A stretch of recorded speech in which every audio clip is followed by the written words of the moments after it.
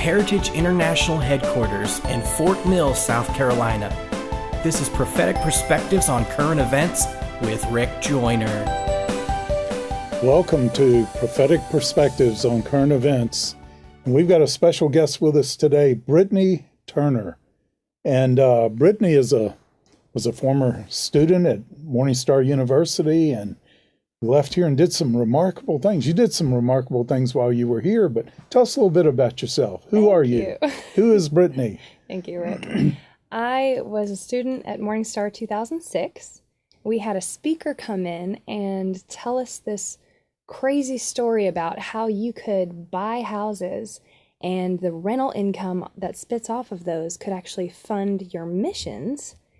And I thought that was just the craziest concept. Went out and at 18 years old, bought my first house 2 weeks later. At 18 years old? 18 years old. And the Lord has just taken me through an incredible journey, and I am now the biggest real estate developer in Nashville for infill development. Incredible. So how many houses do you have now? If you know how many, you don't have enough. I've got over 300 in the pipeline. I've done over 110 rehabs, and then probably sitting at about 180 new construction homes. So we're now getting into multifamily. I'll probably have over 600 units by the end of February. 600 units. Mm-hmm. That'll be your units. You're renting. Mm-hmm. Apartment complexes. Apartment complexes. That is incredible.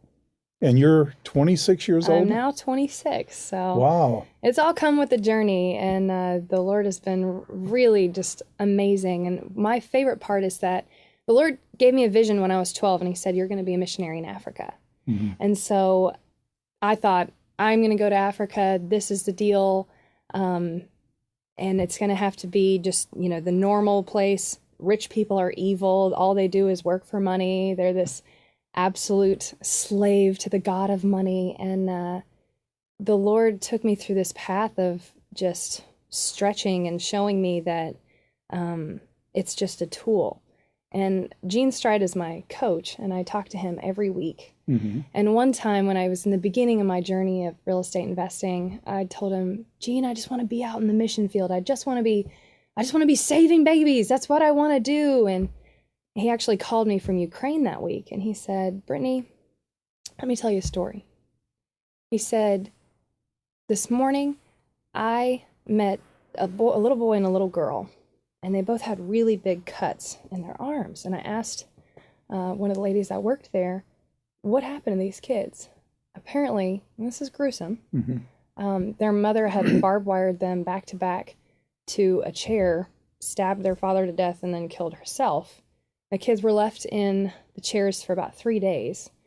And had there not been a place to take them, they would have been left there to die. Good night. He single-handedly funds that entire orphanage.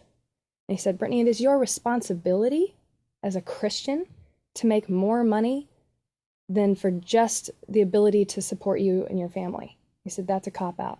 Mm-hmm. He said, it is your responsibility to become wealthy for the kingdom. Mm-hmm. And so that gave me a huge motivation to stay on track and be able to withstand the battles that have come with this journey. It's been really tough. Yeah, every success comes with a battle.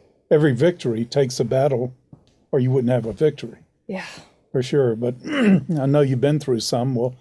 That's an amazing thing. I started hearing stories. You remember Britnie? You hear what she's doing over there? No way. Come on. Thank you. No, I didn't say no way. I said, that's amazing. It was. Yeah, but it is remarkable. You've helped transform a part of Nashville, too, which a lot of our country needs that kind of mission. It's been really, it's a different type of investing.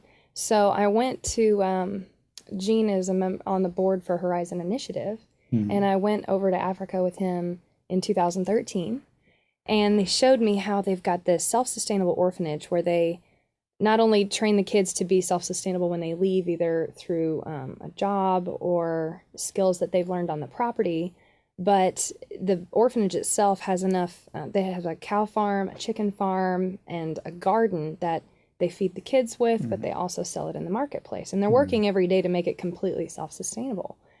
And then we went to the second site, this potential site. And we were looking at this land that hadn't been purchased yet.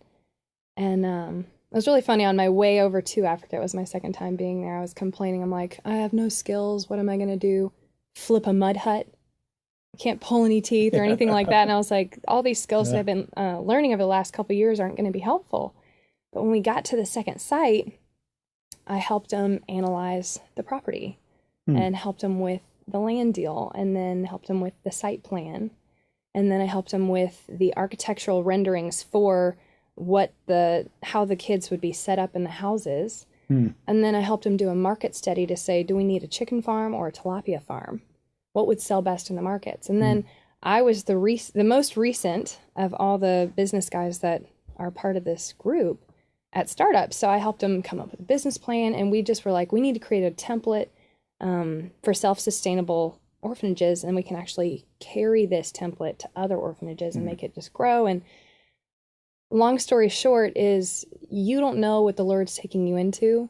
I actually didn't want to do anything with business. I thought it was lame. But in the field where I wanted to be, that was the only thing that I could really bring to the table. And it was enough to actually impact an entire community and create jobs and actually make a difference. So it was, you just don't know what the Lord's going to do with what the path he's taking you down. Yeah. You just have to abide in the Lord, follow the Lamb. But that's really remarkable. And you just took your whole staff over to Africa. I did. I have I have a very diverse staff, and they come from different backgrounds, but everybody's very aerial. We call it. They're there for the they want to make a difference in the world. They're passion driven. I've got a lot of heart. They love people. There's not a lot of ego, and I wanted to show the company why I started it. Like, where did this even come from? And it came from that vision of being a missionary in Africa. So I took my entire staff, and they got to see, we went through the slums, and then we actually got to see where the kids came from. And Horizon put the whole thing together. It was an incredible trip. When they went to the orphanage that we're a huge part of now, we sponsored 62 kids last year. Wow. So we've been working on how can our company be feeding our passion in every single step of the way. So right now we sponsor a child in the name of our home buyer for every house that we sell. And so that's our global vision. And so we want to do over 100 kids this year, have them sponsored. And so we actually got to meet the kids that we've been sponsoring and put a face to it, and then get their brains going on how can every day we learn skills that can change nations. And so it's really cool to see that group, young, old, all different colors, thinking about things like that. And they've come back to work with this whole new energy. It's incredible. Yeah, well, I'm glad you're keeping Gene busy, too. Yeah. Because, Dave Yarnes was a part of that Horizon initiative, and they've really accomplished some things, just Christians that want to make a difference. That was a really cool group. And it's mostly businessmen, too, which is interesting because I've been a part of a lot of groups. But to watch how these businessmen, almost all of them run $50 million companies, and how they approach it and how it's different. And I really fought the Lord on going into business. I can't even start to tell you. I was the special forces chick. Like, you will see me in the wilderness saving people. I love that stuff. And so, which was incredibly helpful. That special forces is, I attribute almost, you can't attribute anything to all of your success, but it's been the foundation. It's been the reason why. If you look at this entire group, like I'm the youngest female, I think, in the nation doing this at this level.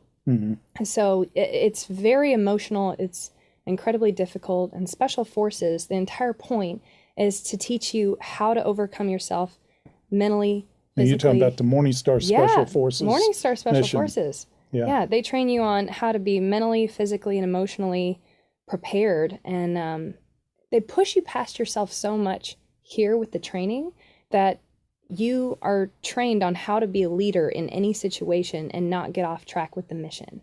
And taking those skills, I have taken it to the business world. And in business, when everything goes wrong, 2008, 2009, 2010, houses aren't selling, 2011, it didn't faze me. I mean, I've had my nights where I cry. I'm not going to lie. I've had my cry. But you just keep going no matter what, because it's not about you. It's about the mission. Yeah. And you went right through some of the worst business environments and times in history. And that's when you built That's when I built it. And it was so good because I thought that was normal because I didn't know anything better. And the Lord promised me during the journey, because I was like so tired one night. And I was like, God, why? And he said, when this thing turns around, you'll be so far ahead of the pack that it's going to take them a long time to catch up to you. And it's been really interesting to see that when it did turn around, we just blew up. We really did. It was really cool. But the influence that has come with it is probably the biggest thing. We are in the newspaper almost every single week. There's a massive following my little company. So I think it's a little company, but it's totally changing downtown Nashville. Well, how much, and we keep score with dollars. Yeah. That's an easy way. How much did you do this year? We've been growing 400% a year, every year. Wow. I closed out 2014 with $30 million in revenue and $90 million of developing assets. Wow. That's amazing. Yeah. And through these times, and this is exactly why we did Special Forces. You know, because the Great Commission to go into all the world is not just geographical. It's going to every field of influence, and business has been the number one. You know, it was the trade routes that the gospel followed.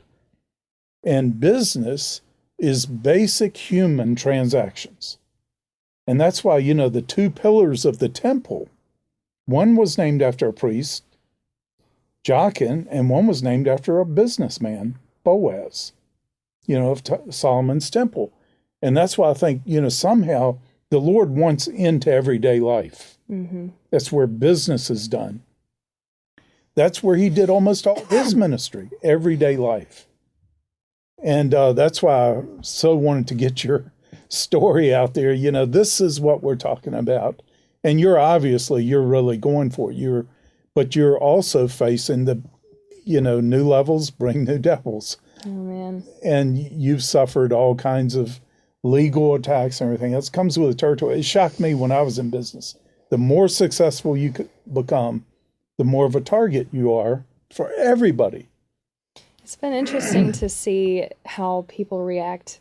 I don't ever think about being a girl and how it could be a handicap or any way like that, but people have been extra trying to sabotage because I'm the only girl in the business, and then we have so much of God's favor. Doesn't mean we don't have hard times. We've got horrible times that we have almost every day. We have something awful happen, but so much of God's incredible favor on our life that it's just interesting to see people manifest almost. But I would say that just growing your business and doing it for the Lord and asking him continually, what should I go into? What should this become? And just being very diligent again with that. And I was talking to the class this morning.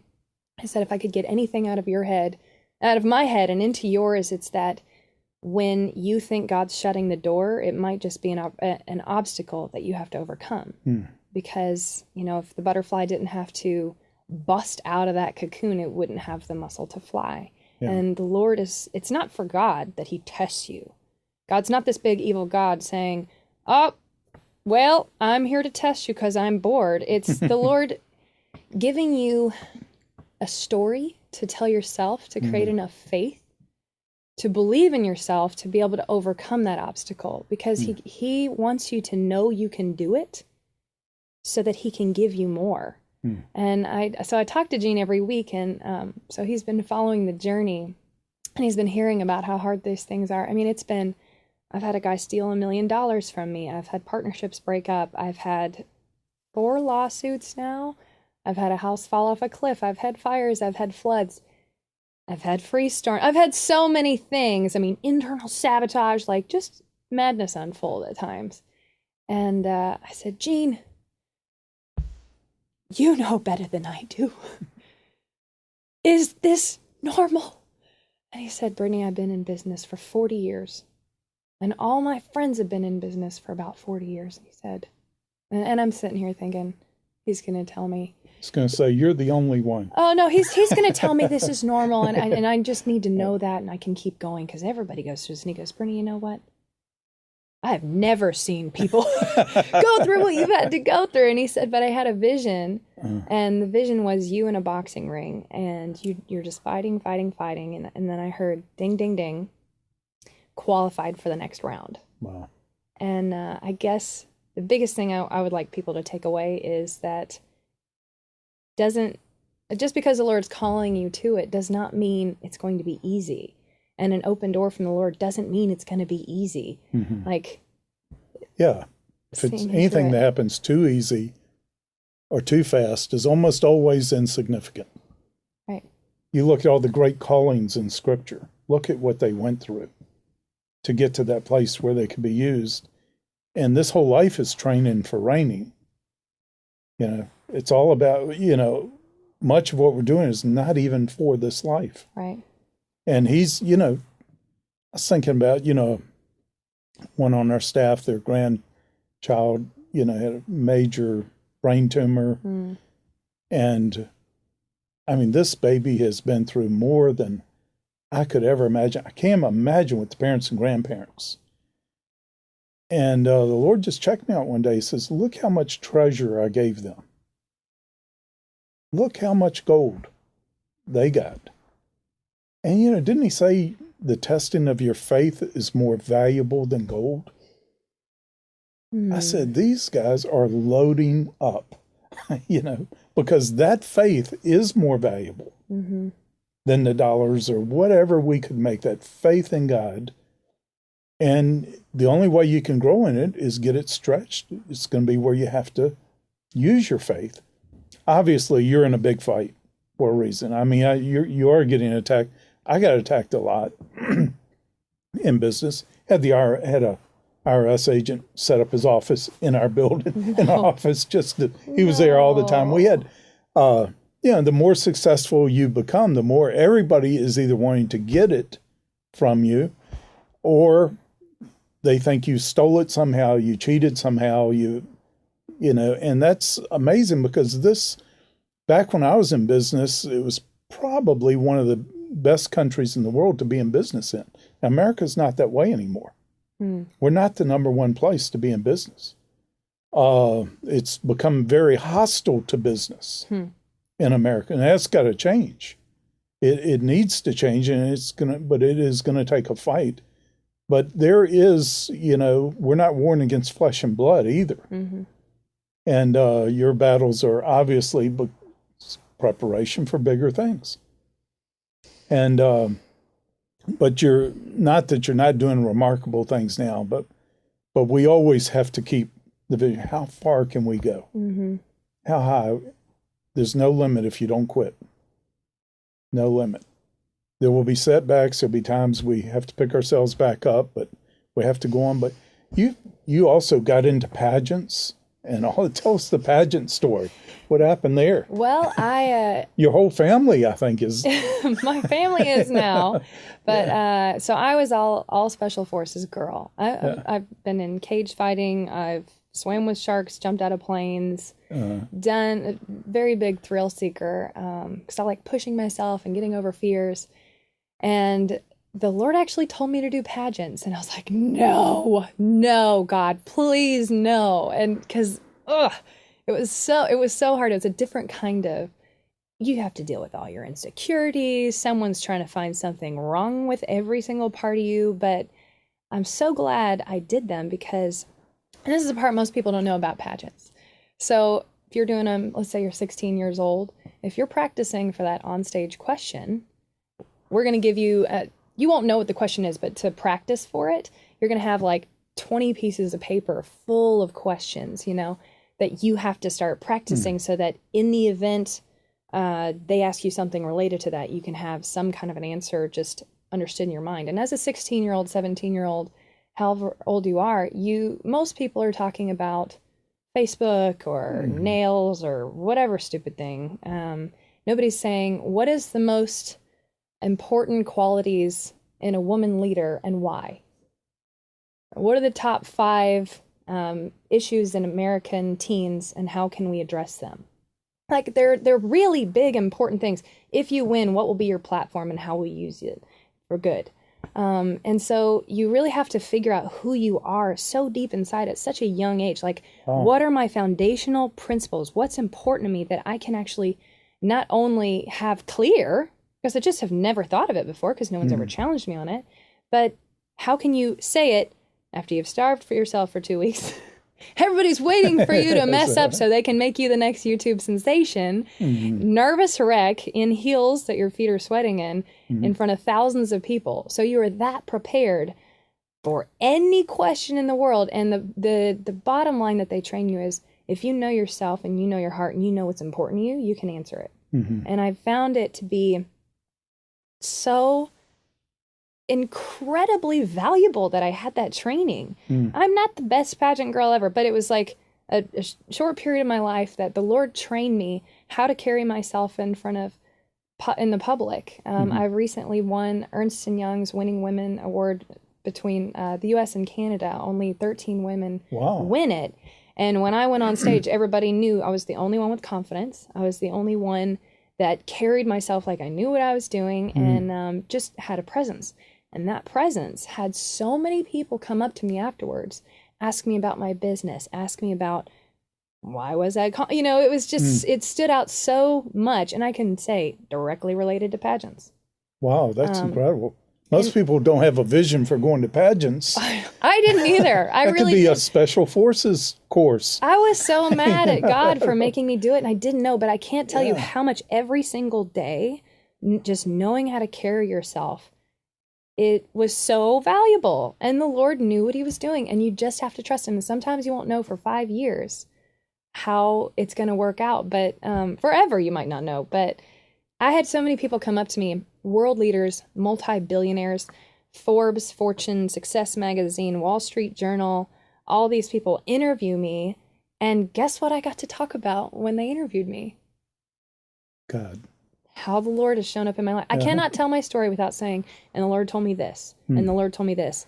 And it's been really cool. The more successful I become, obviously you've got good and bad things that come with both of those, but it's such a phenomenon, and it's so cool. I did not go to college. I didn't, I'm not crazy trained in all this stuff, but I have faith to know that the Lord's going to show up for me. And so I'm willing, and the Lord's used me because I'm willing, and I'll bust my butt doing it. So many people in really high levels don't just, I'm not out there preaching at them. They actually ask me, how in the world are you a multi-millionaire at 26 in charge of all this stuff, hands down the most well-known female in Nashville, which is a big city for There's that a lot area. Of well-known it's females there too. Yes, it does. I mean, and people are following us, wanting to know our story and why. And all I get to do is talk about the Lord. Come speak at Vanderbilt. Come speak to this huge class of people. Guess what I'm going to do? Hi, everybody. You asked me to come speak to you, so I don't care what you think. And I get to talk about, I don't care what you believe. This is my story, and you asked me to share it. Yeah. And I'll be as in their face about it as I want to be, because they asked me. And I've had so many people come up to me afterwards and say, I've walked away from the Lord so long ago, but to see how he's shown up in your life, I know I need to get back. And and I'm not preachy about it. It's just the real life tale of what he's done. So. Yeah, that's great.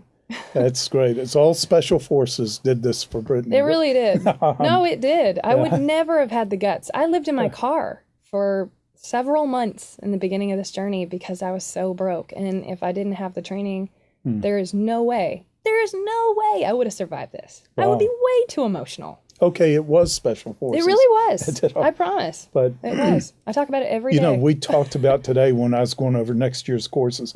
We're totally revamping everything, but it's going to be so much better. Don't cut special forces. Oh no, everything's going to ultimately be special forces. Wow. But this course on etiquette, we're going to do a so serious. Important. Yeah, just doing an interview. I know my nephew who just graduated law school wanted to be a clerk for the Supreme Court, and not a chance. One of the Supreme Court justices had their own person for this position. He had average grades or whatever, not the greatest school. He gets the job because he knew how to handle himself in the interview. Mm-hmm. That interview got him the job. I tell you, knowing how to handle yourself, knowing how to carry yourself can mean more than having a degree from the top university. It can have a major impact in your life. So we just took, how we're fitting this course into our, whole MSU program.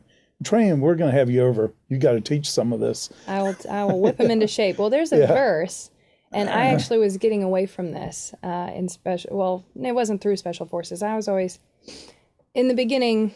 I can't believe I'm saying this on camera, but I will. I didn't know how to be a strong girl without being like a boy, and I didn't know what that looked. I didn't know that people would take me. They wouldn't take me seriously unless I was like a man. So I was turning into like manlier and manlier and manlier, and that's when the Lord told me to do pageants, and I was like, this is the worst. God, please. But there's a verse, and it's man looks at the outside and God looks at the heart. Well, guess what? That's two ways. You can't show up looking homeless and expect people that are in high places to really take you seriously. Is that shame on them? Sure, but it doesn't matter. If you're trying to get in a door and you're trying to be of influence, wash your hair. Take care of yourself, like clean up. Like the Lord needs representatives that don't always look like trash. Like just clean it up, people. That's what I'm saying. You're royalty. You've got to conduct yourself like you're of the king's household. And that does not mean that looks are the most important thing at all. It just means carry yourself with royalty. Absolutely. And it is that confidence. I know you go to Bahamas, you walk up to a 12-year-old kid, ask him directions. They look you straight in the eye. They talk with such confidence and boldness. They shake your hand. They've got a grip. There's confidence there, but they're taught from the first grade on etiquette and manners and things like this, how to conduct yourself, because 90% of their economy is tourism. And every child is a ambassador for that.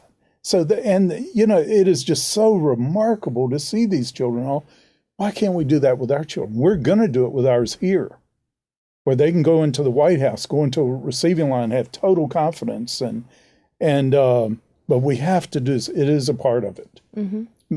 Maybe we ought to do pageants or something. I think, drilling people on what's important to them and having them have to answer questions and be in the public eye and respond with confidence. It is still nerve-wracking to have people do that, but it's so good for you. It's not a personality thing. I just don't like speaking. Well, you're not practiced. Push yourself past yourself, because it's not about you. If you really want to be used for the kingdom, widen what you're good at. Let the Lord really use you. He needs spokespeople. Yeah, that is so true and so important. Is that why your sisters have gone down this track? Well, I've taught them. My little sister, who's gorgeous, did not want to do pageants either. She's like, no, but I've told her, I said, Callie, it's so good for you. This is so good for you. So she's rocking them, and she's learned so much, and she's a leader at her high school. And it's been really interesting to watch her create the cool, create what's cool by being the only confident high schooler. And that's not because of pageants, it's because we've spoken into her life. She's been coming to MorningStar since I did, and she was 9. And she finds her confidence in the Lord. And just the teachings and the leadership she's been learning here has translated and actually changed her entire high school. I don't think I've told you that. You'll have to ask her about it. It's incredible. She actually brings like 20 kids up here almost every other weekend. I saw her at the New Year's conference with a bunch of kids. And But now she just won something too, didn't she? She did. She's, I don't. Yeah, she won. Miss Georgia something. And Now, you were Miss North Carolina? Miss North Carolina, United States. And then did you have to go on to the Miss America? It was the Miss United States pageant in Vegas. And I got runner-up. Runner-up, Miss USA? United States. It's a different pageant system. So. Oh, okay. Yeah, I did. USA or United States? Yeah. But awesome. I didn't realize you... It was good training. Yeah. It was good training. And you've got 3 sisters and 2 brothers. 6 kids. I got to meet your brothers. They're awesome. Yeah, They come here all the time. These girls are awesome. Thanks. And no, what a family. We got to get your whole story out sometime. But I know you're on the trail, you're on the path, you're fighting the good fight, and but as having had a little part of your time here and everything, we are so proud of you, and we know your Father in heaven is. Thank you. And He's with you on every fight. And but a lot of this message of being confident and bold and being feminine and being strong, I tell you, just from a man's perspective, that you know how Jews are,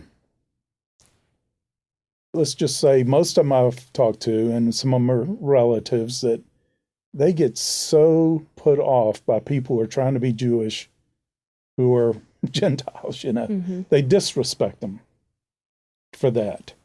And they don't respect them. They'll use them, manipulate them, use Mm-hmm. that, but they don't respect that at all. Be who you are. Mm-hmm. If we know who we are in Christ, what does it matter if we're Jew, Gentile, from America, from whatever country? What does it matter? We have our family is in heaven. Our bloodline is the number one royalty in the universe and always will be. So what does anything else like that make? But there's also neither Jew nor Gentile, male or female. There's authority that is beyond that.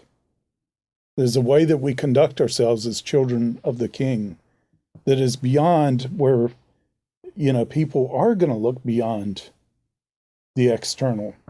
It's an authority, and it's rooted in something far more real than can be in appearances, or male and female.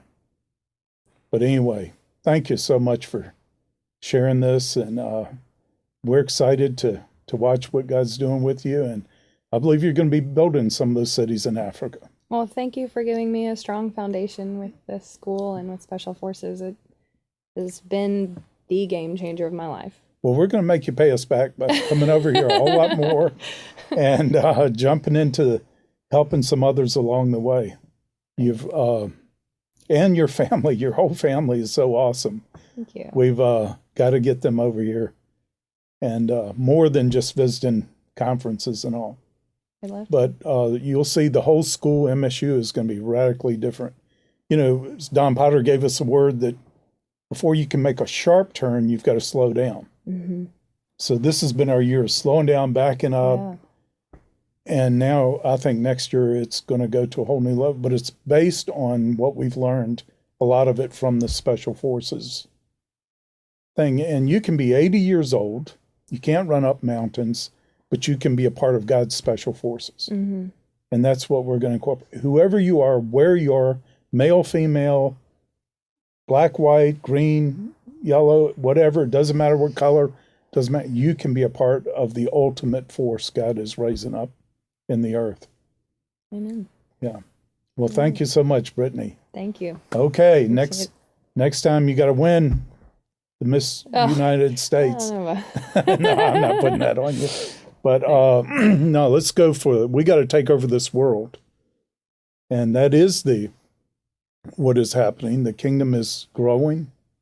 In Daniel 2, the statue that represents all of man's kingdoms is crumbling, but there's a kingdom that is growing now. It's turned into a mountain, and, we've all got to do our part to prepare for another kingdom. Amen. Yep. Britnie Turner, you'll be hearing more from her, and you don't want to miss the next Prophetic Perspectives television.